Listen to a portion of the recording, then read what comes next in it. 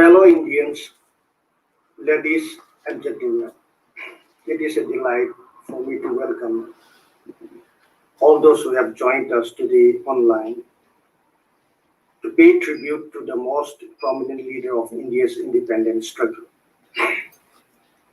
This virtual event has been organized today as a grand finale to the ongoing celebration of the 150th birth anniversary of Mahatma Gandhi, who is fondly referred to by all Indians as the father of the nation. The event is being held on the weekend to ensure maximum participation. Born on 2nd October 1869, Gandhiji incorporated the doctrine of nonviolent resistance and went on to lead India's freedom movement against the colonial British rule. Every year, 2nd October is celebrated as Gandhi Jayanti to honor the iconic leader who considered nonviolence as a philosophy, a principle, and an experience for building a better society. It is a way of commemorating and remembering the teachings of Gandhiji and spreading his message of nonviolence, peace, and harmony. The teachings and virtues of Gandhiji set the tone of values we share today. His famous quotes on forgiveness and nonviolence, like an eye for an eye makes the whole world blind, continue to hold a strong meaning as we mark this landmark. Gandhi's relentless work fueled the decision of the UN General Assembly on 15 June 2007 to adopt a resolution to celebrate 2nd October as the International Day of Nonviolence.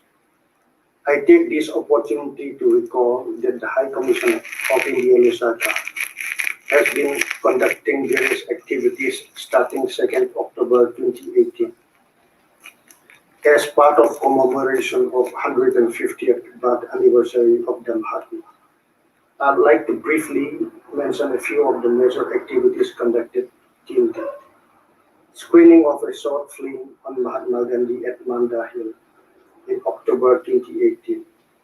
Gandhi Peace Walk by Mr. Nitin Sonawani of World Peace and Friendship Movement in January 2019.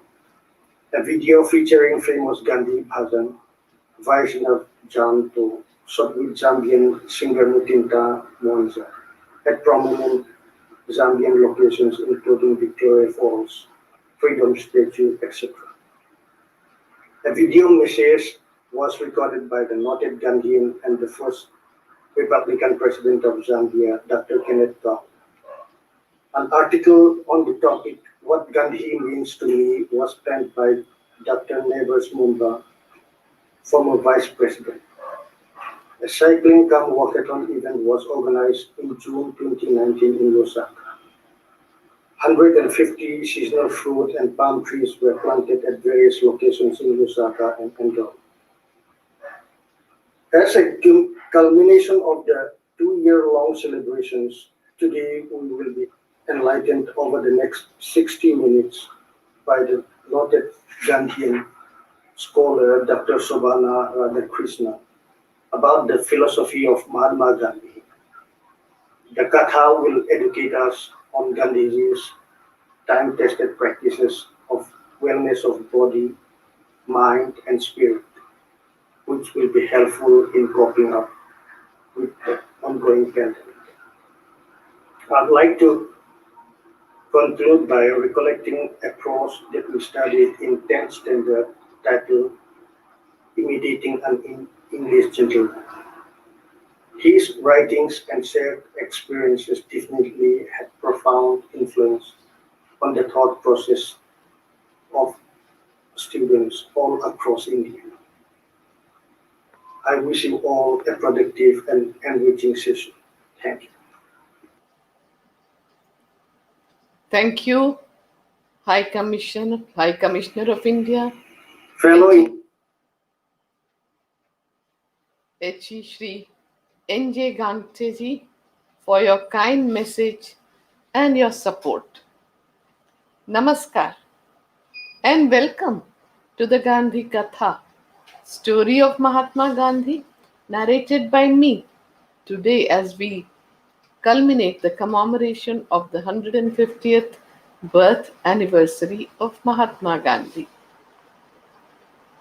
I express gratitude to the High Commission of India in Lusaka, in Zambia, for hosting the Gandhi Katha amidst these challenging times to learn from Gandhiji's philosophy of truth, non-violence, and purity of means, his spirituality, his environmental credo, and his practices of health and wellness of body, mind, and spirit for coping up and staying safe physically, mentally, emotionally, and spiritually during and after the coronavirus COVID 19 pandemic, which has affected the entire humanity.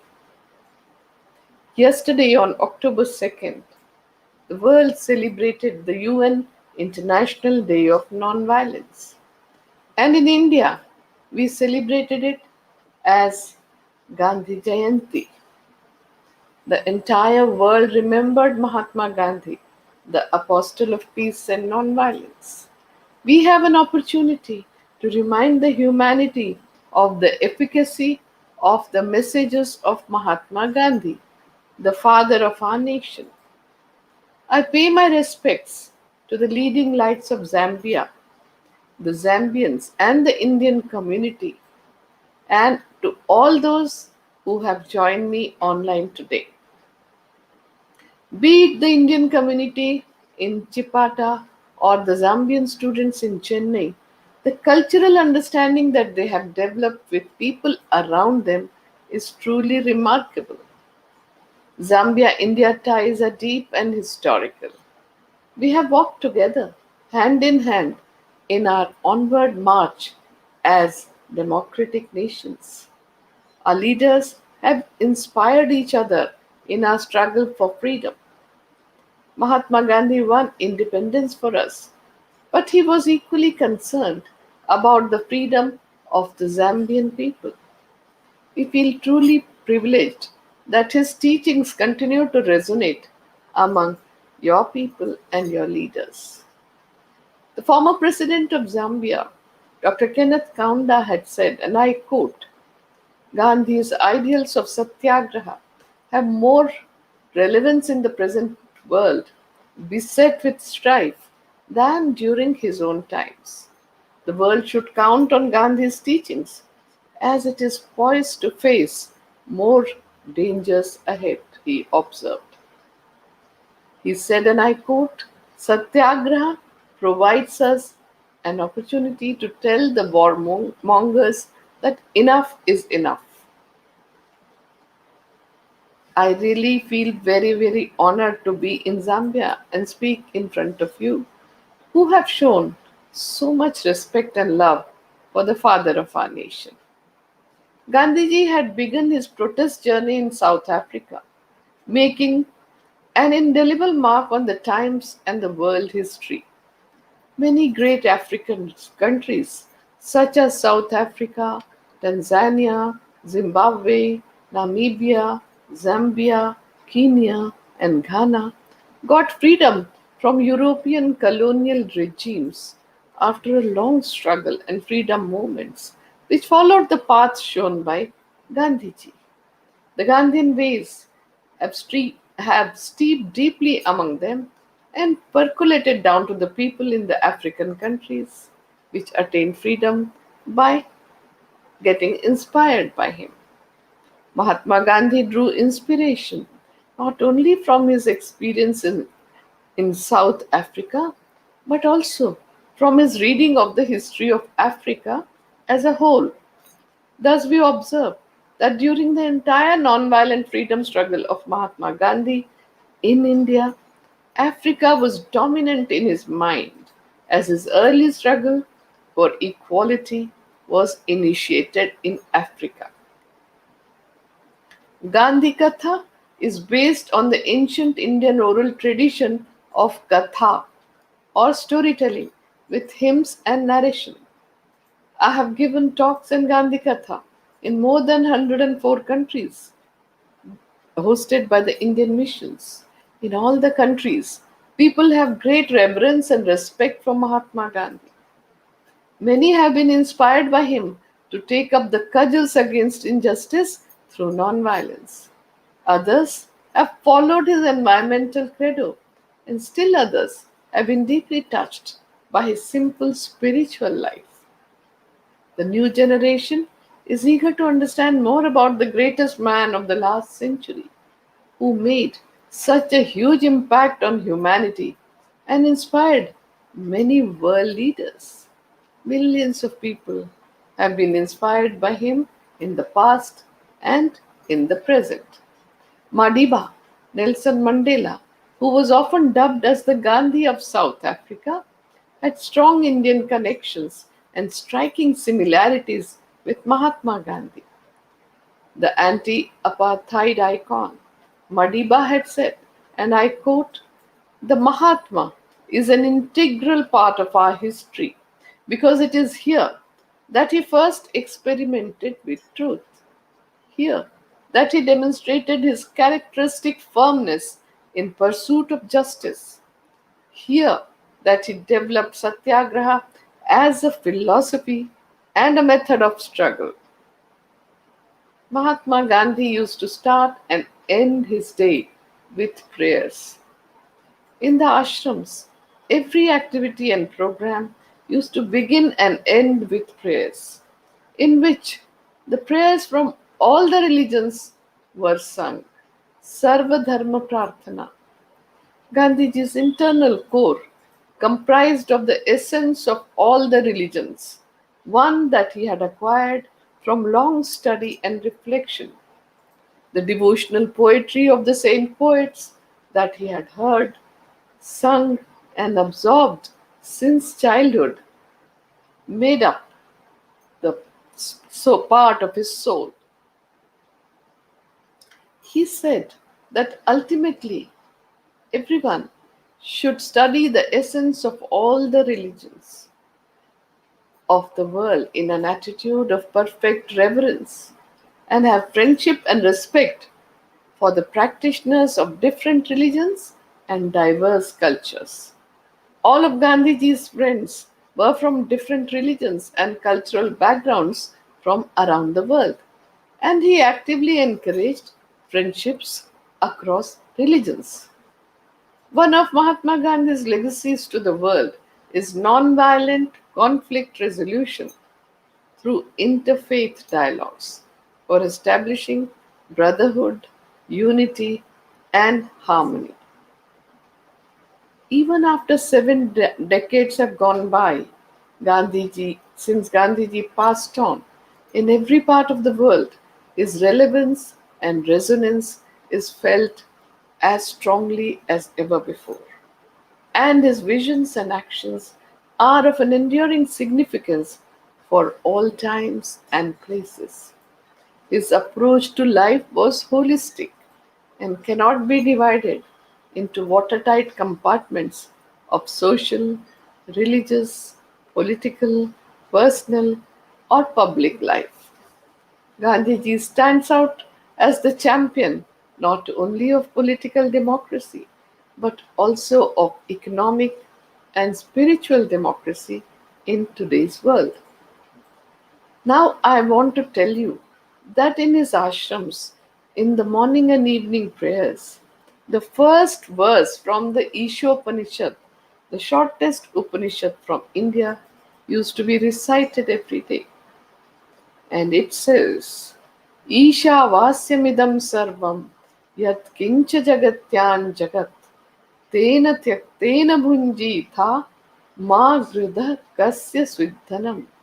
That everything in this universe belongs to God. Nothing really belongs to us. Enjoy the objects of the world in an attitude of perfect non attachment. Enjoy it with a feeling of sacrifice, taking as much as is necessary for you, and leave the rest for others in the society. Never ever crave the possession of others. Nothing really belongs to us. Now I will play the Gandhi Katha hymn, which explains this entire message of Indian civilization of renounce and rejoice, according to which Mahatma Gandhi lived. And also, I want to tell you that he lived according to the central messages of the Bhagavad Gita, our sacred text, scripture of a life selfless, living selflessly without attachment and possession. Now listen in to the Gandhi Katha hymn.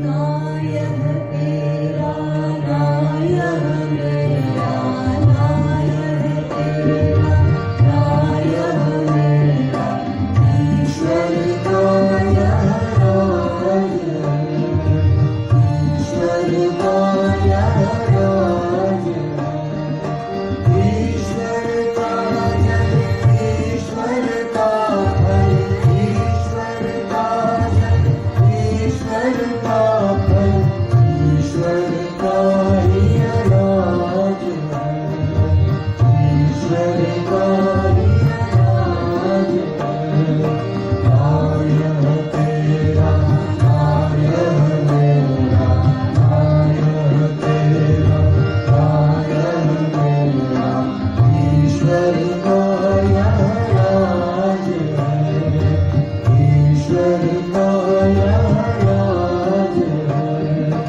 ईश्वर का जल ईश्वर का फल ईश्वर का जल ईश्वर का फल ईश्वर का ही राज है ईश्वर का ही राज है Gandhiji believed that moral degeneration is the root cause of all evils, including conflicts. This explains his lifelong crusade of attainment of moral values such as truthfulness, nonviolence, purity of means, love, self control, respect, forgiveness, friendliness, compassion, mercy, and so on. For Gandhiji, the principle of satyagraha or non-violent resistance and civil disobedience was by non-cooperation with the evil through the moral values of love force, truth force, soul force, through self-sacrifice and suffering. For him, the consideration for the sufferings of the fellow human beings was of paramount importance. His belief and actions were that any social change for establishing justice and dignity of humans is both less harmful and more sustainable when achieved by nonviolent means. His legacy of satyagraha is widely applied and seen in many moments for civil rights even nowadays. Mahatma Gandhi's environmental practices were based on conservation of natural resources, which were often misused and overused for the sake of development. His environmental credo was of recycling, reusing, reducing, and refusing. And he was so frugal in his habit, taking only as much as he needed. He had warned about the unsustainability on the global scale a century ago and said that greed will be the main reason for the environmental degradation and the ecological crisis.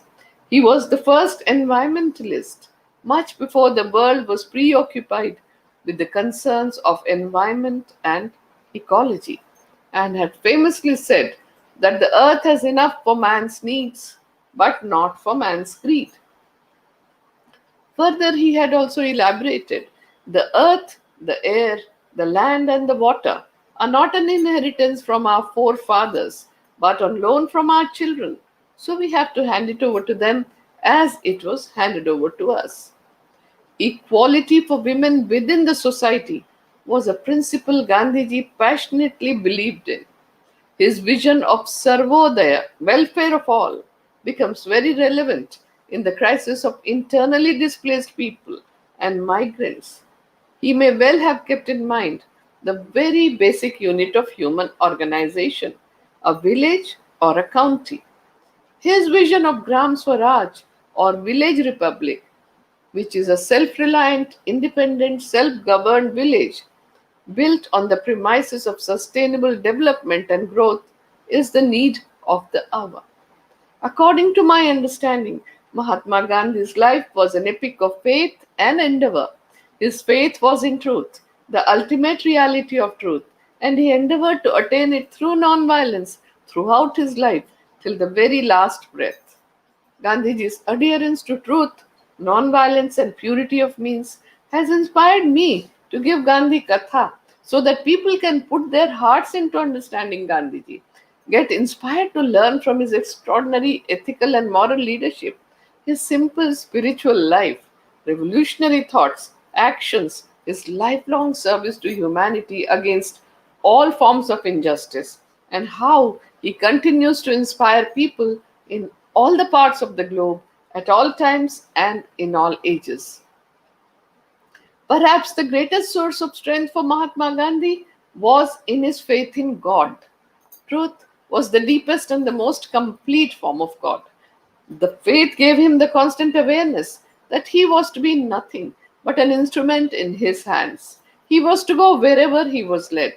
For him, the guidance of God constituted two things. One, he had to walk on the path enlightened by truth that was available to him in whatever measures and form. On that path, the teachers of the entire world had already walked. Two, he had to constantly gaze inwards and find inspiration through self introspection, self examination, and self purification. And this he did by repeated questioning. And that question was, Ko Aham, who am I? What am I? And what is the real purpose of my life? This question has been asked in our ancient Indian civilization since the past 5,000 years. The answer came to Gandhiji as he listened to his inner voice that the real purpose of life was to serve others. The deeper the faith, the greater was the endeavor for Mahatma Gandhi. He said truth is God, Satya hi Parmeshwar hai. Faith in truth led Mahatma Gandhi to two other realizations. If God is omnipresent, then truth is omnipresent too. If each human being were an aspect of God, then each person is capable of truth, of being good, and doing good to others.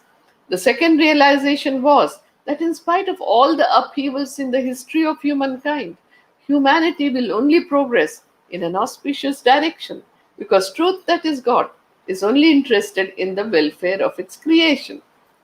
Thus, his endeavor throughout his life was devoted to the search of that element of truth in everyone, to awaken it and to nurture it. This is why he could feel oneness with everyone. For most of us, this realization does not set in easily. But because of this understanding of oneness, Gandhiji had no enemies. He did not want to settle scores with anyone, and he did not want to take any revenge. He merely wanted to extend his love, compassion, and respect to everyone. He respected individuals without attaching labels. That was one trait that we see in him, and I have spoken about the important trait. He also used to be very positive and calm under all circumstances. He had faced many challenges and travails, but he never lost his balance of mind. He used to treat work as God given work, all work as God given work, and did everything, every task with equal reverence. That is another trait that we see in him, and that he treated time or every moment as a God given moment and had to be devoted in the service of God. So, these are some of the traits that we see in Gandhiji from which we can take certain cues. Romeo Rolla, The famous French writer and pacifist who won the Nobel Prize for Literature wrote the biography of Mahatma Gandhi in 1924. And in 1931, on his way back from the Second Roundtable Conference in London, Gandhiji had gone to Switzerland to meet him, and he spent 5 days with him. And they spent time discussing about the crisis of civilization. He said, and I quote, he wrote a letter to his American friend, and I quote from that letter: "This little man is so fragile in appearance, is tireless, and fatigue is a word that does not exist in his vocabulary. He could calmly answer for hours without a muscle of face twitching. His mind proceeds through successive experiments into action, and he follows a straight line, but he never stops." The Gandhi Katha hymn that I'm going to play to you in Hindi elaborates on Gandhiji's definition of truth as having harmony between thoughts, words, and deed, and it has English subtitles.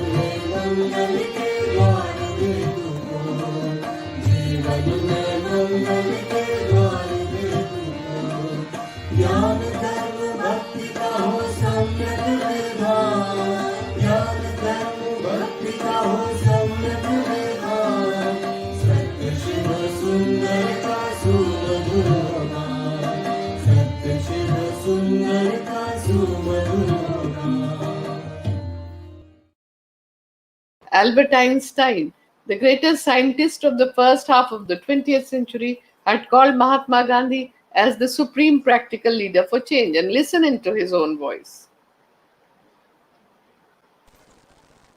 I believe that Gandhi's views were the most enlightened of all the political men in our time.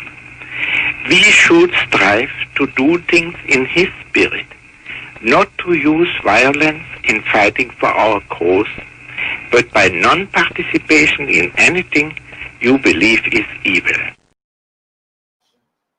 Mahatma Gandhi is the most powerful visionary and a practical idealist from the first half of the last century, whose life is a role model for us all. But the effort has to begin from a point where you are standing. That is what made all Mahatma Gandhi's idealist actions practical, and he can be truly called a man of action.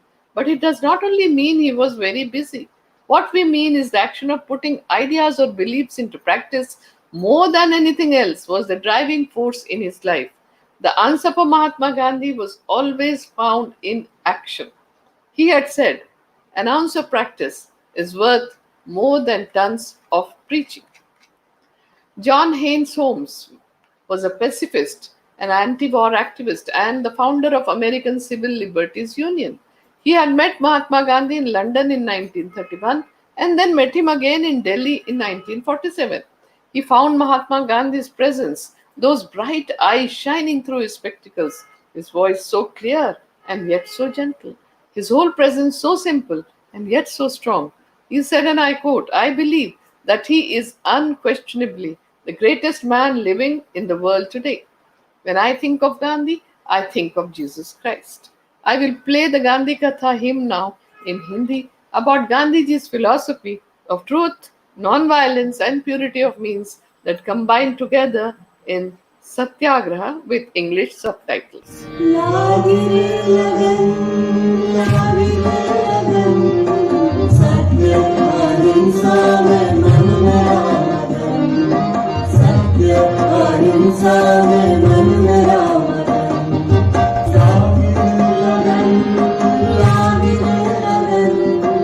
Satya ahimsa mein man mera में मन मेरा मगन, सत्य अहिंसा से सत्याग्रह सीखा, सत्य अहिंसा से सत्याग्रह सीखा, सर्व प्रकार के भय का मोचन, सर्व प्रकार के भय का मोचन, सत्य अहिंसा में मन मेरा मगन, लागे लगन, लागे लगन, सत्य अहिंसा में मन मेरा मगन, सत्य अहिंसा में मन मेरा मगन। Time magazine had listed out three most important protests over 190 years. The first one was the Boston Tea Party. The second one was the Dandi March or the Salt Satyagraha. And the third one was the March of Washington. We can see a common thread. The first and second were against the same company, the East India Company. There is a common thread of non-violence in all three. In 1930, with a pinch of salt, Mahatma Gandhi shook the world. He started out on 12th March from his Sabarmati ashram in Ahmedabad in Gujarat for Dandi seashore with 79 fellow marchers, walked for 24 days, walking 10 miles a day, stopped at 48 villages, giving speeches in the morning and evening to mobilize people to participate in the Salt Satyagraha and non-cooperation movement, covered 241 miles till he reached the Dandi seashore on 5th April. In the early hours of the morning of 6th April, when he bent down to pick up a fistful of muddy lump of earth with salt, 100,000 people joined him. And as the Salt Satyagraha progressed, 300,000 people broke the salt law all over India. 1,362 newspapers covered the news worldwide. William Lawrence Shearer, the American journalist, was present during the Salt Satyagraha, and his graphic reporting of brutality and violence brought the incidents to the notice of the world. And the world woke up to the power of non-violence and Satyagraha. So Mahatma Gandhi remains the most powerful global brand ambassador of ahimsa or non-violence, a youth icon who opposed all forms of injustice, an apostle of peace and non-violence, a man whose values can make the world a better place today. In 1904 in South Africa, after reading John Ruskin's book Unto This Last, Barrister Mohandas Gandhi transformed his life overnight and started leading a community life of voluntary poverty, self-control, bread labor, and Sarvodaya welfare of all. He established 4 ashrams in his lifetime, 2 in South Africa called Phoenix Settlement in 1904 and Tolstoy Farm in 1910, and 2 ashrams in India, Sabarmati Ashram in Ahmedabad in Gujarat in 1917 and Sevagram Ashram in Wardha, Maharashtra in 1936. It is here that he and Kasturba Gandhi, along with the ashram community, lived in poverty like the common villagers of India. This was his ideal of a non-violent face-to-face society for welfare of all and carrying out constructive programs, which is his second gift to humanity, the first gift being Satyagraha. Gandhiji's ashrams had a mingling of political and spiritual aims. It was a practical laboratory for transforming ordinary men and women into extraordinary seekers and satyagrahis, for offering the highest sacrifice of their lives in the non-violent freedom struggle on one hand, and to get involved in constructive programs to serve the poorest of the poor by establishing their self-respect and dignity. So it is here in the ashrams that he practiced self-reliance, swavalamban, cleanliness, swachhata, and service to humanity, seva, for realizing his vision of village republic or Gram Swaraj. I am happy to inform you that I was born in his last ashram in Sevagram. My father was inspired by Gandhiji since his childhood and joined the non-violent freedom struggle in India and lived in the Sevagram ashram. Even after Gandhiji passed on in 1948, for more than 5 decades, my parents and all of us have continued to walk on the path that Mahatma Gandhi has shown to humanity. His life and thoughts are intertwined and inseparable. His politics was imbued with his spiritual experiments, and his spirituality was tempered by his vision of a non-violent society, and his constructive program was integral to his politics. The unique practices of Mahatma Gandhi, his control of palate, his fasts, his spinning, his silence, and his prayers gave him the internal strength and were as much a part of his politics as of his spiritual life.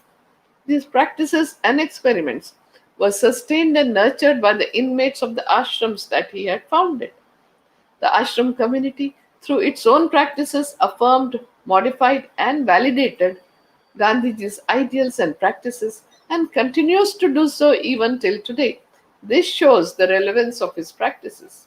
Gandhiji carried out all his experiments in health and wellness in the ashrams through nature cure, diet control, fasting, hydrotherapy, sun bath, mud packs, and observing silence for one whole day.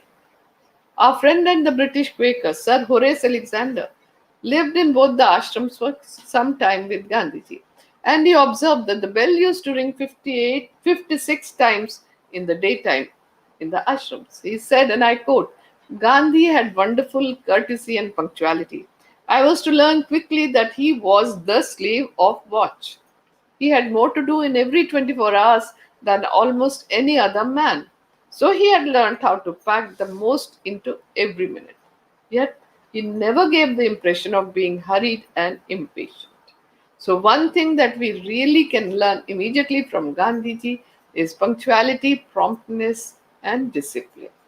Ivan Illich, the Croatian-Austrian philosopher who had come to Sevagram Ashram in 1978 and had stayed there for a week, visited the Bapu Kuti or Gandhiji's cottage, which was a very simple structure made up of bamboo, mud, and palm leaves. And after sitting for so long every day, he said, and I quote, the hut of Mahatma Gandhi demonstrates to the world how the dignity of the common man can be brought up. It is also a symbol of happiness which we can derive from practicing the principles of simplicity, service, and truthfulness. Now I will play the Gandhi Katha hymn in Hindi, which explains Gandhiji's philosophy of Satya hi Parameshwar hai, truth is God.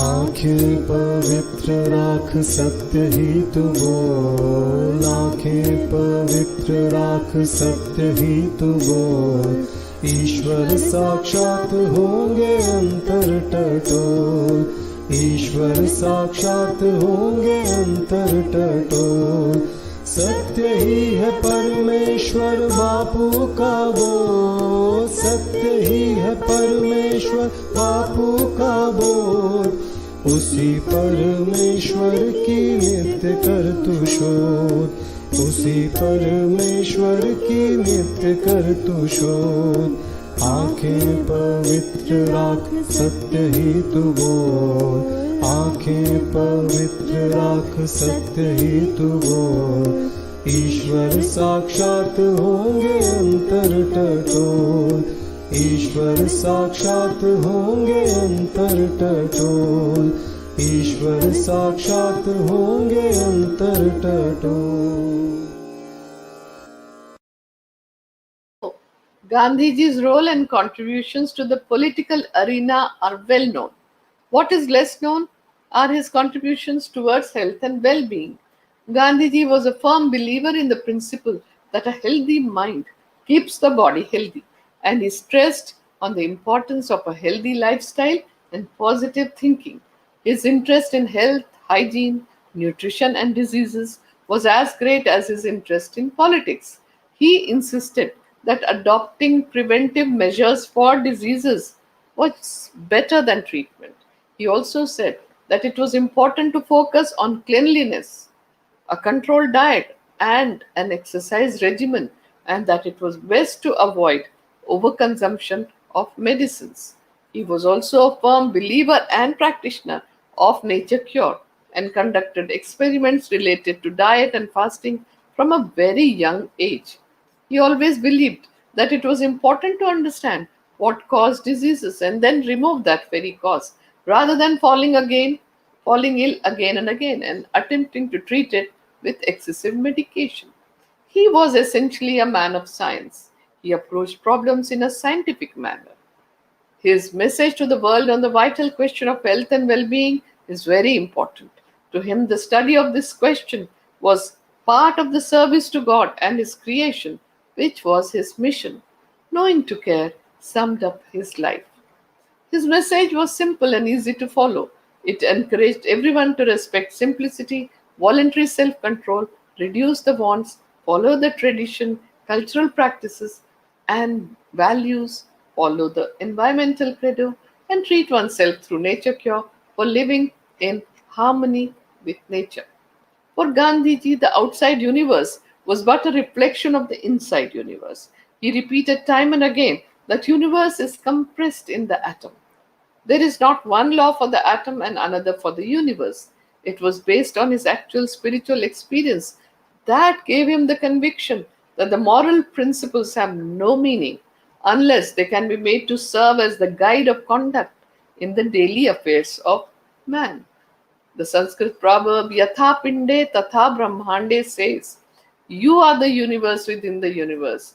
As with the self, so is the universe. What is going on within you is same as what is going on in the universe." From the mind body perspective, Gandhiji's standpoint was that health is an optimal integration of body, mind, spirit, soul, and environment. Environment is our extended body. There is a nice Vedic expression from the ancient wisdom traditions of India which says, "As is the atom, so is the universe. As is the microcosm, so is the macrocosm. As is the universal body, so is the cosmic body. As is the universal mind, so is the cosmic mind."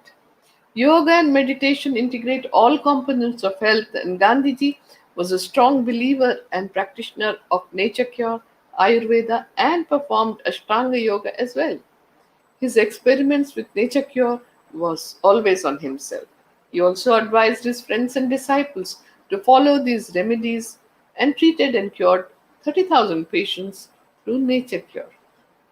Dr. Sherwood Eddy was a leading American Protestant missionary, prolific writer, and an educator who visited Mahatma Gandhi in the Sabarmati ashram in 1929 and wrote that Gandhiji's bodily presence is like that of Apostle Paul or Socrates. He wrote, and I quote, "He impressed us as the most childlike, the most transparent, and most lovable of man. His whole character is centered in his unique passion in truth and reality." Very few people know that as a couple, Gandhiji and Kasturba Gandhi contributed immensely 123 years ago to public health emergencies, treating patients as frontline health workers selflessly and to the service of humanity. In South Africa as well as in India, in the Spanish influenza pandemic of 1918, Gandhiji opened up his Sabarmati ashram as a quarantine center and treated and served patients through nature cure, provided simple vegetarian diet to boost immunity and maintain physical distancing. Gandhiji and Kasturba Gandhi took care of the families of the patients, looked after their physical, mental, and spiritual needs, gave them correct information, and helped them in remaining positive through prayers and meditation and taking care of each other during the time of the Spanish flu pandemic. Gandhiji had said on 10th November 1918, "Our ancestors could build such tough bodies in the past, but today we are reduced to a state of miserable weakness and are easily infected by noxious germs moving about in the air. There is one and only one really effective way by which we can save ourselves from them even in our present broken state of health. That way is the way of self restraint, sanyam, or of imposing a limit on our acts." In 1942, August, Gandhiji wrote the book Key to Health, in which he wrote that anyone who observes the rules of health mentioned in this book will find that he has got in it a real key to unlock the gates leading him to health. He will not need to knock at the doors of doctors or Vaidyas or the traditional health practitioners from day to day. Today, the world is facing three kinds of crises globally. First is the COVID 19 pandemic, which is causing immense physical stress, sickness, and fear of death or existential crisis. The second is the serious and long drawn financial crisis, which is also causing physical and mental anguish. And the third is the ecological crisis, which is impacting everyone. We have to look for answers somewhere within ourselves by learning from Mahatma Gandhi's life, who had said, "My life is my message." The lesson the pandemic is teaching us is simple. When one member of the family falls sick, the entire family is affected, and soon the community is affected, the nation is affected, and then other communities in other nations in this globalized world. The well being of one individual has an impact on people on the other side of the globe. This is true of every action of ours: what we eat, what we buy, what we think, and what we do has reverberations and repercussions on all life on earth. It is this anubandha or this interconnectedness that sustains all life on earth. We are all in this together as one human family, as brothers and sisters. Whether we choose to see it or not, we only have one home: this planet Earth, our Mother Earth. Our ancient sages and seers from India have always looked upon us as Vishwamanava or global citizen and said that the world is one family, Vasudhaiva Kutumbakam. The current COVID 19 pandemic is a wake up call for every country, big or small, rich or poor, developed or developing. It has opened our eyes to the fragility of the existence of humans. We will have to learn to live with COVID 19 now and in the future as well. Instead of reinventing a new lifestyle, we just have to get inspired from the life of Gandhiji to make the necessary changes in thought, action, and conduct for coping up physically, mentally, and spiritually. And this is the future that the coronavirus COVID 19 pandemic is pointing out to us if we observe carefully. When a crisis makes you feel stressed, meditation, prayer, and chanting relieve the stress response. Fear and anxiety are forms of stress that becomes exaggerated when events become uncertain, when you feel a loss of control over the situation, and when the stress keeps repeating itself without let up. The thinking mind reacts to all of these conditions.